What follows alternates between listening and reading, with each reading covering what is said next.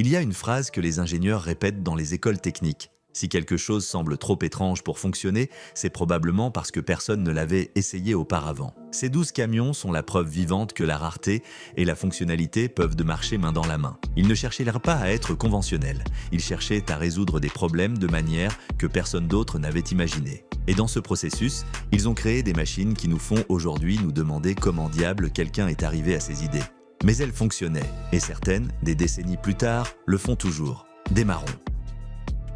Numéro 12, Foden S20, Mickey Mouse, Royaume-Uni, années 50. Certains camions intimident par leur présence. Le Foden S20, en revanche, semblait vous sourire. Son surnom, Mickey Mouse, ne pouvait pas être plus juste. Quand on le regarde de face, le pare-brise divisé et les formes arrondies de la face avant créent quelque chose de presque caricatural, comme si un illustrateur de dessins animés avait conçu un camion après trop de café.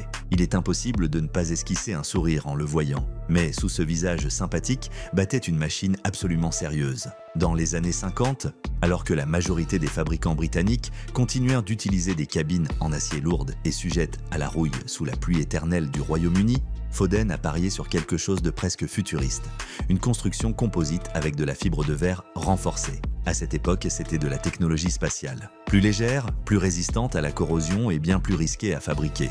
Beaucoup ont pensé que ce serait un échec. Ce ne fut pas le cas. Sous cette cabine, à l'aspect amical, vivait un moteur diesel à 2 temps qui ne passait pas inaperçu. Il ne rugissait pas comme les moteurs conventionnels. Il hurlait. Il avait un son aigu, constant, presque métallique, qui s'entendait à des kilomètres de distance. Il n'était pas rapide, plafonnant à peine à 40 miles par heure, mais il avait le couple nécessaire pour traîner des charges lourdes sur les étroites et escarpées routes britanniques sans jamais abandonner. Et voici ce qui est curieux. Ce qui semblait être un design étrange, presque naïf, s'est révélé être surprenamment aérodynamique pour son temps. Sans le vouloir, sans le chercher, ce visage arrondi aidait à fendre le vent mieux que beaucoup de ses rivaux carrés. Le Foden S20 n'a pas seulement survécu, il est devenu une icône. C'est l'un de ces cas où l'industrie risque tout et gagne.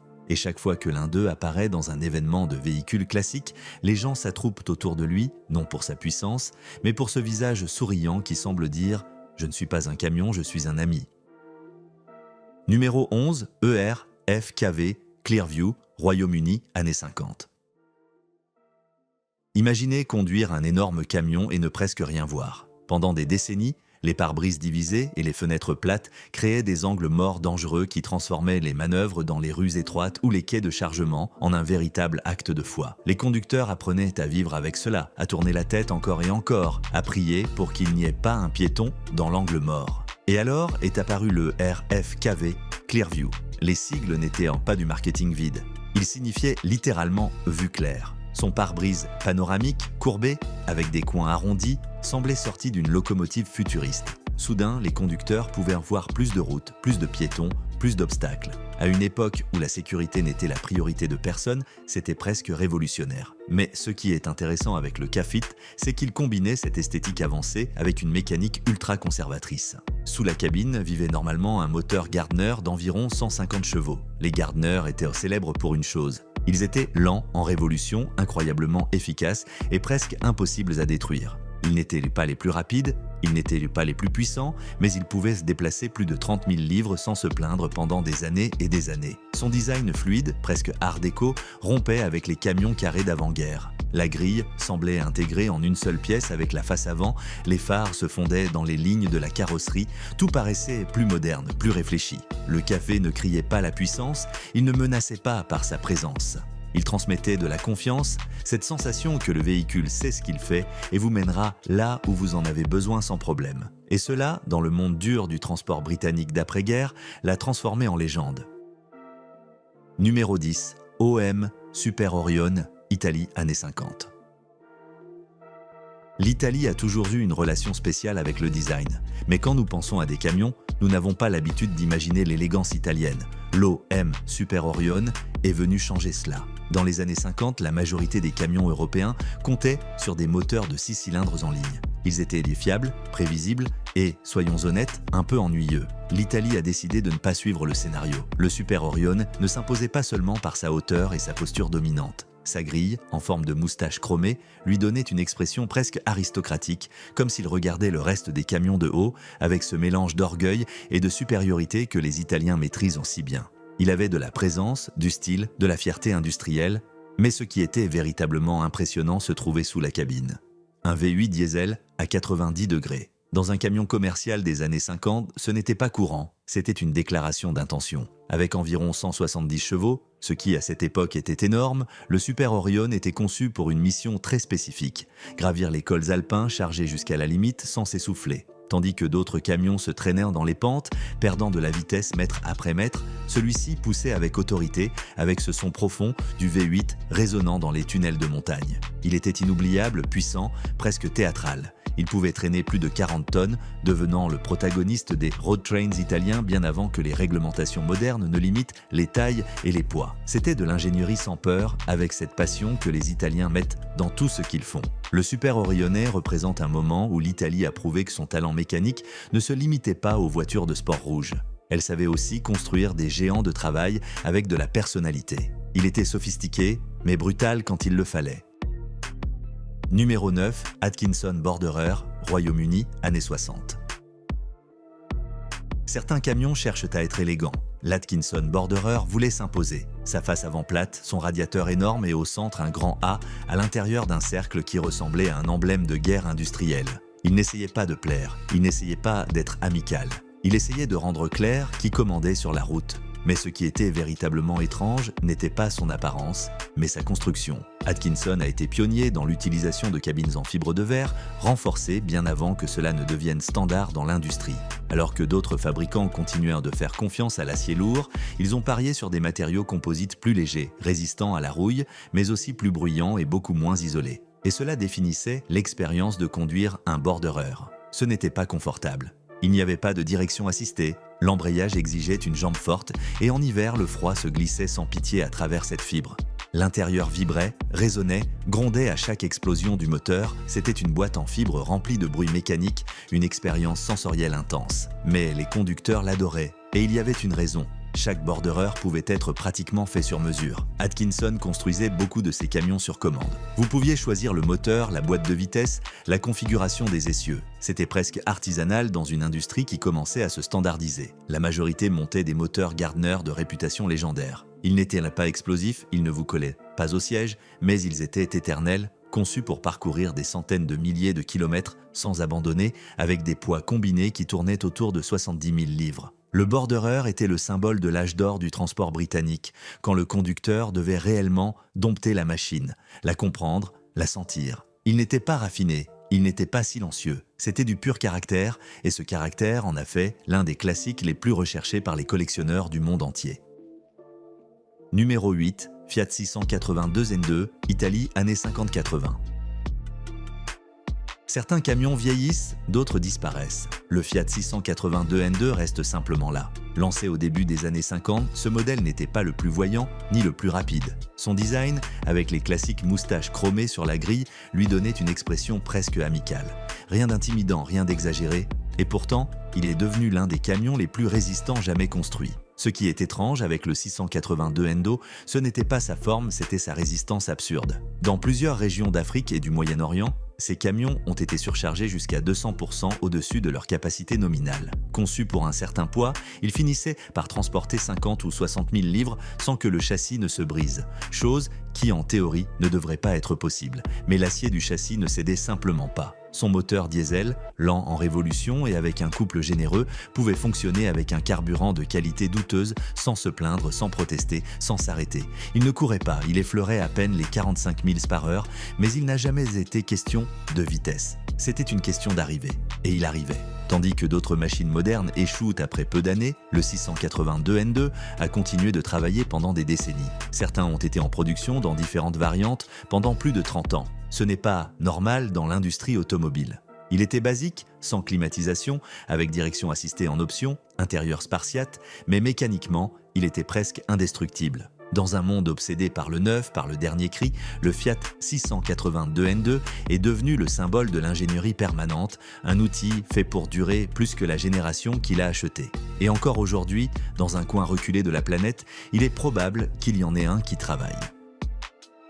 Numéro 7, Krupp Mustang, Allemagne, années 50-60. Si vous entendiez quelque chose qui ressemblait à une rafale métallique s'approchant sur la route, c'était probablement un Krupp Mustang. Ce camion allemand était célèbre pour quelque chose qui semble aujourd'hui presque impossible, un moteur diesel à 2 temps. À la différence des moteurs conventionnels à 4 temps, le Krupp à 2 temps s'allumait avec une bien plus grande fréquence, créant un son rapide, presque agressif, que beaucoup décrivaient comme un mélange entre machine industrielle et mitrailleuse lointaine. Ce n'était pas un son doux, il ne passait pas inaperçu. C'était un ratata constant qui faisait que n'importe qui sur la route savait que le Mustang approchait bien avant de le voir. Le système d'ingénierie était également étrange, il utilisait une soufflante de balayage pour forcer l'air à l'intérieur des cylindres, permettant au moteur de fonctionner avec efficacité même à des charges élevées. Si vous mainteniez les révolutions hautes, le camion répondait avec force et puissance. Si vous laissiez tomber les tours par minute, il commençait à perdre de l'énergie et à expulser de la fumée de tous côtés. C'était un camion qui voulait littéralement être conduit d'une certaine manière, qui exigeait un style, une technique. Avec environ 200 chevaux vapeur, il pouvait transporter des charges de plus de 40 000 livres et atteindre des vitesses proches de 55 miles par heure sur les nouvelles autoroutes de l'époque, les célèbres autobahns. Mais sa complexité fut aussi sa condamnation. Les moteurs à 2 temps étaient difficiles à entretenir, requérant des connaissances spécifiques et des pièces qui n'étaient pas toujours disponibles. Finalement, ils sont tombés en désuétude à cause de réglementations environnementales et de coûts d'opération. Aujourd'hui, il reste très peu d'exemplaires en fonctionnement, la majorité entre les mains de collectionneurs obsédés par la préservation de cette rareté mécanique. Le Krupp Mustang est resté dans les mémoires comme le heavy metal du monde du transport, bruyant, agressif, exigeant et complètement inoubliable, un camion qui ne passa pas inaperçu et ne s'excusait pas pour cela. Jusqu'ici, nous avons vu des raretés fascinantes, des machines avec de la personnalité et des solutions mécaniques en avance sur leur temps. Mais les 5 qui viennent sont d'une autre planète. Ce sont ceux qui ont défié la physique, ceux qui ont porté le mot colossal à un autre niveau, ceux qui avaient besoin de systèmes de réfrigération spéciaux pour ne pas s'enflammer et un qui détient un record mondial simplement pour exister. Préparez-vous, car le vertige est sur le point de commencer. Numéro 6, Berliet-Tessan, France, années 50. Dans les années 50, la France cherchait à étendre son influence au Sahara. Le problème était que le désert n'a pas de route, et déplacer de la machinerie lourde par des dunes de sable requérait quelque chose que personne n'avait construit auparavant. Berliet, le fabricant français, a répondu avec le Tessan, un monstre qui ressemblait plus à un bâtiment avec des roues qu'à un camion. Ses pneus mesuraient plus de 2 mètres de hauteur, chacun pesait plus qu'une automobile compacte, et le camion était si large qu'il occupait 2 voiles complètes d'une autoroute moderne. Pour que vous vous fassiez une idée, quand il circulait sur route, il n'y avait aucun moyen de le dépasser. Il n'y avait tout simplement pas d'espace. Sous son capot, ou plutôt sous sa cabine, il portait un moteur diesel V12 qui développait 600 chevaux de force, un chiffre monstrueux pour l'époque, mais l'impressionnant n'était pas la puissance, mais ce qu'il pouvait déplacer. Des charges allant jusqu'à 100 tonnes sur le sable meuble du désert. Pour réussir cela, Berliet a dû affronter un problème inattendu. Il n'existait pas de pneus capables de supporter un tel poids sans s'enfoncer dans le sable. Ainsi, littéralement, ils ont dû concevoir des pneus spéciaux, fabriqués exclusivement pour ce camion, avec une largeur et un dessin jamais vus. Le Tessin a travaillé dans les mines du Sahara pendant des années, déplaçant des équipements de forage et des transformateurs géants. C'était un dinosaure mécanique dans un environnement préhistorique. Aujourd'hui, seuls quelques exemplaires survivent dans des musées, mais chaque fois que quelqu'un se tient devant l'un d'eux, il ne peut s'empêcher de ressentir ce frisson que produit le fait d'être devant quelque chose qui ne devrait pas exister. Numéro 5, Oshkosh, modèle de 8 roues motrices, années 70. Si jamais vous avez vu un insecte géant et avez ressenti ce mélange de fascination et de répulsion, l'Oshkosh de 8 roues va vous produire exactement la même sensation. Conçu pour l'armée américaine dans les années 70, ce camion ressemblait à une araignée mécanique prête à grimper sur n'importe quelle surface. Il avait 8 roues et le plus important, les 8 étaient de motrices. Mais ce qui le rendait véritablement spécial était son système de direction. Non seulement les roues avant tournaient, les arrières le faisaient aussi, permettant que ce colosse de 30 tonnes puisse tourner pratiquement sur lui-même. Imaginez un camion de la taille d'une maison manœuvrant dans un espace où une automobile normale aurait des difficultés. C'était l'Oshkosh. Il fut conçu pour une mission très spécifique, transporter des missiles balistiques et des équipements lourds à travers des terrains où il n'y avait pas de chemin, où n'importe quel autre véhicule resterait bloqué après quelques mètres. Sa capacité à contourner des obstacles, à grimper des pentes impossibles, à traverser des rivières et des bourbiers, l'a transformé en un outil stratégique inestimable pendant la guerre froide. Les conducteurs qui le maniaient disaient qu'au début, cela faisait peur car ce système de direction sur les 8 roues faisait que le camion répondait de manières inattendues. Mais une fois que vous appreniez à avoir confiance en lui, vous découvriez que vous pouviez l'emmener dans des endroits dont aucun autre véhicule ne pouvait rêver. Une araignée mécanique de 30 tonnes qui encore aujourd'hui, un demi-siècle plus tard, impose le respect. Numéro 4, le tourneau T, C497 Overland Train, États-Unis, années 50. RG, le tourneau était un homme avec une obsession, déplacer de la terre. Mais pas n'importe quelle terre, sinon des quantités industrielles de terre. Et pour cela, il concevait des machines qui défiaient de l'imagination. Son œuvre maîtresse, le TC 497 Overland Train, n'était pas un camion, c'était un train sans rail. Il mesurait 173 mètres de long, plus qu'un porte-avions.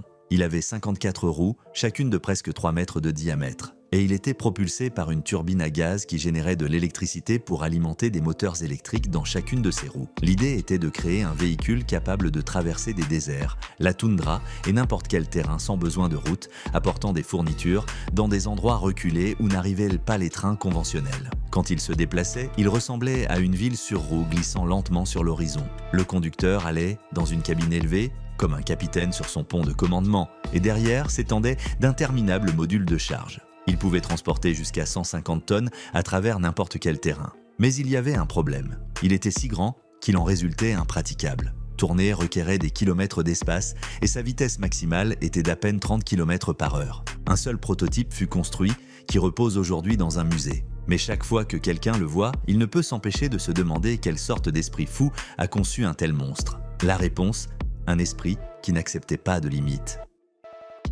Numéro 3, Kenworth Big Red, États-Unis, années 60. Dans les années 60, Kenworth a décidé de faire quelque chose que personne n'avait tenté.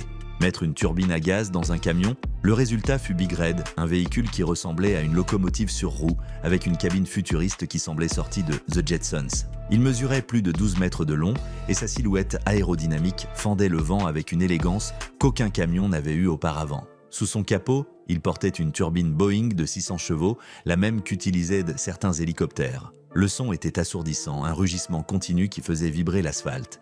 Mais ce qui était intéressant avec Big Red n'était pas seulement sa technologie, mais son but. Kenworth l'a construit pour tester si les turbines pouvaient être viables dans le transport lourd. Il a parcouru des milliers de kilomètres sur les routes américaines, attirant l'attention partout où il apparaissait. Les gens s'arrêtaient pour regarder, pour prendre des photos, à demander ce qu'était ce vaisseau spatial sur roues. À la fin, les turbines se sont révélées être trop inefficientes pour l'usage commercial. Elles consommaient du carburant comme s'il n'y avait pas de lendemain. Mais Big Red a prouvé que Kenworth était disposé à risquer, à rêver, à construire des choses que personne d'autre n'osait même dessiner. Aujourd'hui, il repose dans un musée, mais son influence se sent dans chaque camion aérodynamique que nous voyons sur les routes. Il fut le premier à prouver qu'un camion pouvait être aussi une déclaration d'avenir. Numéro 2, Nikola Tractomas, France, années 80 présent. Ceci n'est pas seulement un camion, c'est la limite de ce qu'un véhicule de route peut être avant de commencer à ressembler à une machine d'une autre civilisation. Le Nikola Tractomas détient le record Guinness comme le camion le plus grand de la planète, et quand vous le voyez en personne, il coûte de croire qu'il soit légal de circuler avec quelque chose de la sorte. Il mesure 4 mètres et demi de hauteur, l'équivalent d'un étage et demi, 12 mètres de long, comme 3 voitures familiales en file. Son moteur est un Caterpillar Phi-12 qui génère près de 1000 chevaux de force, mais la vitesse n'a jamais été son objectif. Ce qui importe, c'est le couple, cette force brute capable de déplacer des montagnes. Il utilise une configuration 10 par 10 avec 5 essieux moteurs, ce qui signifie que les 10 roues reçoivent de la puissance du moteur. Cela lui permet de traîner des charges qui peuvent atteindre les 550 tonnes. Pour que vous vous fassiez une idée, cela équivaut à tirer simultanément environ 40 autobus urbains complètement chargés depuis un point mort. Quand le Tractomas se déplace, le sol semble vibrer. Il fut conçu pour déplacer des infrastructures critiques, des générateurs géants, des transformateurs électriques, de l'équipement pour des projets miniers ou énergétiques dans des régions reculées comme l'Afrique du Sud ou l'Australie. Ce n'est pas un camion de transport quotidien, vous n'allez pas le voir distribuant des marchandises. C'est un outil stratégique de l'ingénierie moderne, une pièce de précision dans un monde de proportions colossales. Pour se déplacer, même sur de courtes distances, il a besoin d'escorte, de planification, de permis spéciaux, car sa taille et son poids défient les normes de route traditionnelles. Le Tractomas représente l'extrême absolu de l'ambition mécanique, l'idée qu'avec suffisamment de puissance et de design, presque n'importe quelle masse puisse se mouvoir. Numéro 1, El Rey de lo Absurdo, Ace HDX, Canada, années 50-80. Si jamais vous avez vu de la vapeur sortir des roues d'un camion, vous étiez probablement en train de regarder un Ace HDX. Ceci n'était pas un camion de livraison, ce n'était pas un véhicule de construction conventionnelle. C'était un monstre de l'industrie forestière canadienne, conçu pour une seule mission, descendre des montagnes chargées de troncs géants sans mourir dans la tentative. Les routes d'exploitation forestière en Colombie-Britannique étaient, et continuent d'être, certaines des plus dangereuses de la planète. Des pentes si inclinées que les freins conventionnels surchauffaient simplement et échouaient. Des charges de 200-300 000 livres de bois poussant vers le bas, essayant de transformer le camion en un projectile incontrôlable. La solution de Ace fut aussi simple qu'effrayante. Un système de frein réfrigéré par eau. Le camion portait un réservoir énorme de centaines de litres, dont l'unique but était d'arroser d'eau les tambours de frein pour éviter qu'ils n'atteignent des températures critiques. Car un Ace HDX descendant une montagne chargée était basiquement un incendie potentiel en mouvement. Quand vous le voyiez descendre, vous pouviez noter la vapeur sortant des roues comme si la machine était en train de respirer, comme un dragon mécanique exhalant son souffle. Sa structure était brutaliste, carrée, lourde, construite sans concession à l'esthétique. La plateforme de charge pouvait mesurer jusqu'à 14 pieds de largeur pour soutenir les troncos les plus grands. Sa hauteur était intimidante, sa présence accablante. C'était un géant conçu pour un environnement où une erreur signifiait tomber par un précipice, où la vie des conducteurs dépendait de ce que ces freins réfrigérés fonctionnent chaque seconde de chaque descente. Et l'incroyable est que beaucoup de ces camions travaillent encore dans les forêts aujourd'hui. Non parce qu'ils sont modernes, non parce qu'ils ont la dernière technologie, sinon parce qu'ils sont trop résistants pour les retirer. Construits dans une époque où l'ingénierie cherchait quelque chose de plus simple mais beaucoup plus audacieux, les Ace HDX continuent là défiant le temps, les montagnes, la gravité, car à la fin ces camions ne transportaient pas seulement du bois. Ils transportaient de l'obsession humaine pour pousser les limites du possible. Et pour cela, sans aucun doute, le Ace HDX est le roi indiscutable des camions vintage les plus rares jamais construits. Depuis un camion qui semblait sourire avec sa face de Mickey Mouse, passant par un train de 54 roues qui traversait des déserts comme une ville ambulante, jusqu'à arriver à ce monstre canadien qui descendait des montagnes en jetant de la vapeur comme un dragon de la mythologie nordique. Tous ces véhicules ont quelque chose en commun. Quelqu'un a osé penser différemment. Ce furent des expériences roulantes, des idées folles que quelqu'un a sorties du tableau de dessin et a mises sur roue, bien que tout le monde pense qu'ils étaient fous. Certains ont échoué commercialement, d'autres ont changé l'industrie sans que personne ne le note sur le moment, et plusieurs aujourd'hui seraient impossibles à homologuer pour des raisons de sécurité qui n'existaient même pas quand ils se sont construits. Mais l'histoire du transport n'avance pas seulement avec des designs sensés et ennuyeux qui répètent des formules déjà prouvées. Elle avance avec des ingénieurs qui ont osé demander « et si nous lui mettons 54 roues ?» Avec des rêveurs qui ont regardé une montagne et ont vu un défi, pas un obstacle. Avec des fous géniaux qui ont signé des plans que n'importe quel autre aurait rompu et jeté à la poubelle.